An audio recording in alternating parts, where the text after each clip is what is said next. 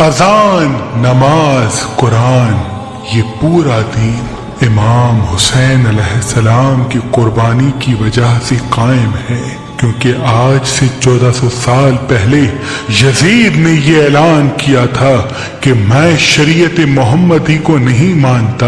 وہ کھلے عام رسول اللہ کے دین کی توہین کرتا تھا۔ اس وقت یزید کی حکومت آدھی دنیا پہ تھی، پوری دنیا طاقت اور دولت کی وجہ سے خاموش تھی۔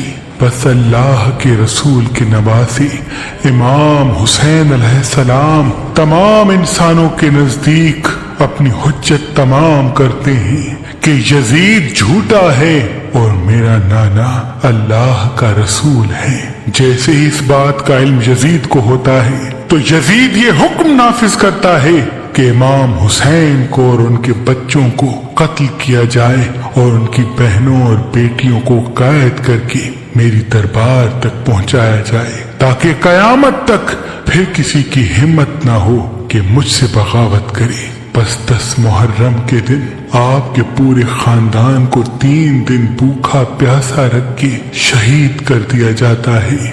جب امام حسین کے تمام ساتھی شہید ہو جاتے ہیں، یہاں تک کہ 6 ماہ کا معصوم علی اصغر بھی تیر کھا کے سو جاتا ہے، تب آپ آخری حجت تمام کرنے کے لیے یزید کی فوج کے سامنے آتے ہیں اور کہتے ہیں، اے لوگو، میں وہ حسین ہوں جس کو اللہ کے رسول کندھوں پہ اٹھایا کرتے تھے، میں وہ حسین ہوں جن کو رسول خدا اپنی زبان چوسایا کرتے تھے۔ جب میں مسجد نبوی میں آتا تو حضور صلی اللہ علیہ وآلہ وسلم منبر پہ مجھے اپنی گود میں لے لیتے تھے اور دنیا کو بتاتے تھے کہ یہ حسین جنت کے جوانوں کا سردار ہے۔ اے لوگو، میں تم سب کو پہچانتا ہوں، تم میں سے بہت سے لوگ ایسے ہیں جنہوں نے یہ منظر خود اپنی آنکھوں سے دیکھا۔ کیوں مجھے قتل کرنا چاہتے ہو؟ میں نے تمہارا کیا بگاڑا ہے؟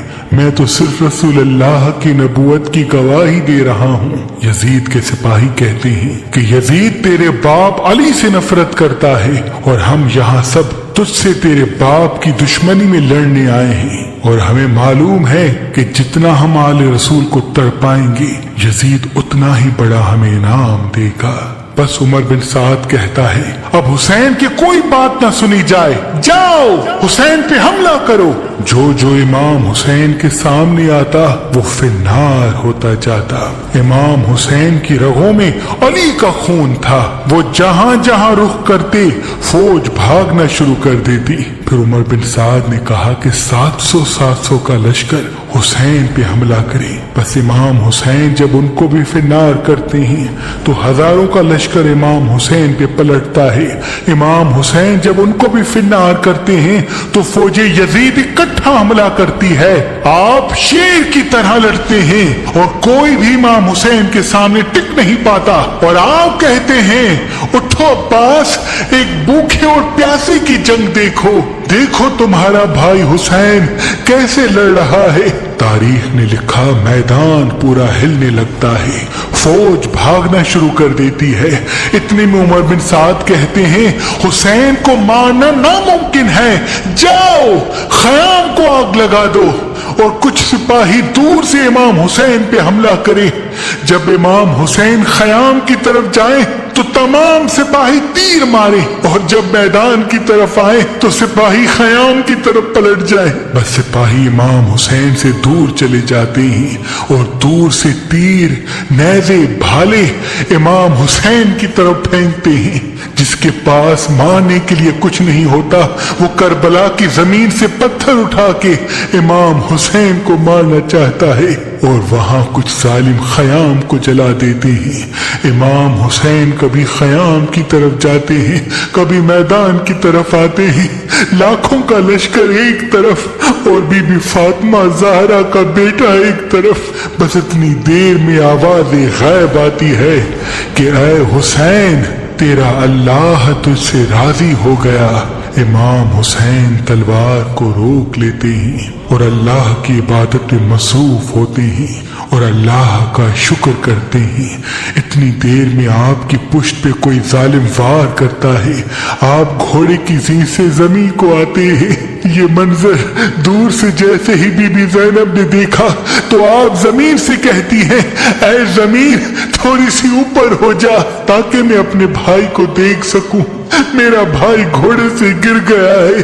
بس بی بی زینب جیسے ہی دیکھے کہ امام حسین سجدے میں ہیں اور شمر امام حسین کے سر کو کاٹ رہا ہے، بس آپ کا سر مبارک جیسے ہی نو کے سنا پہ بلند ہوتا ہے، قرآن کی تلاوت کرتا ہے، سارے یزید کے سپاہی خوش ہونا شروع ہو جاتے ہیں کہ کام تمام ہوا، اب ہمیں یزید انعام دے گا۔ اور پھر ساری فوج ایک ساتھ ہو کے خیام پہ حملہ کرتی ہے، خیام کے اندر آ جاتی ہے، بیبیوں کے سامان کو لوٹا جاتا ہے، بیبیوں کے سروں سے چادروں کو کھینچا جاتا ہے، بی بی سکینہ کے کانوں سے بالیوں کو نوچا جاتا ہے۔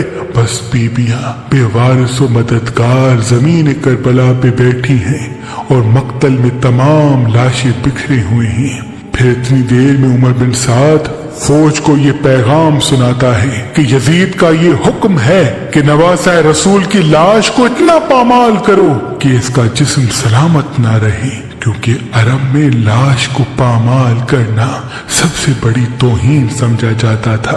جیسے ہی یہ بات ہوئی تو مختلف قبائل یہ کہنے لگے کہ قاسم کی ماں تو ہمارے قبیلے سے ہے، ہم جناب قاسم کی لاش پامال ہونے نہیں دیں گے۔ کوئی کہتا ہے اکبر کی ماں تو ہمارے قبیلے سے ہے، کوئی کہتا ہے جناب عباس کی ماں ہمارے قبیلے سے ہے، کوئی کہتا ہے اصغر کی ماں ہمارے قبیلے سے ہے۔ بس جناب جون کی لاش ہٹائی گئی، جناب حر کی لاش ہٹائی گئی، حبیب ابن مظاہر کی لاش ہٹائی گئی، کربلا کے تمام شہیدوں کی لاش ہٹائی گئی۔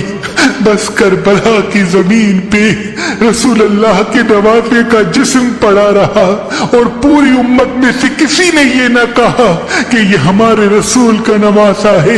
بس مشرق کے گھوڑوں کو مغرب کی طرف اور مغرب کے گھوڑوں کو مشرق کی طرف دوڑایا جاتا ہے، امام حسین کی لاش کو پامال کیا جاتا ہے۔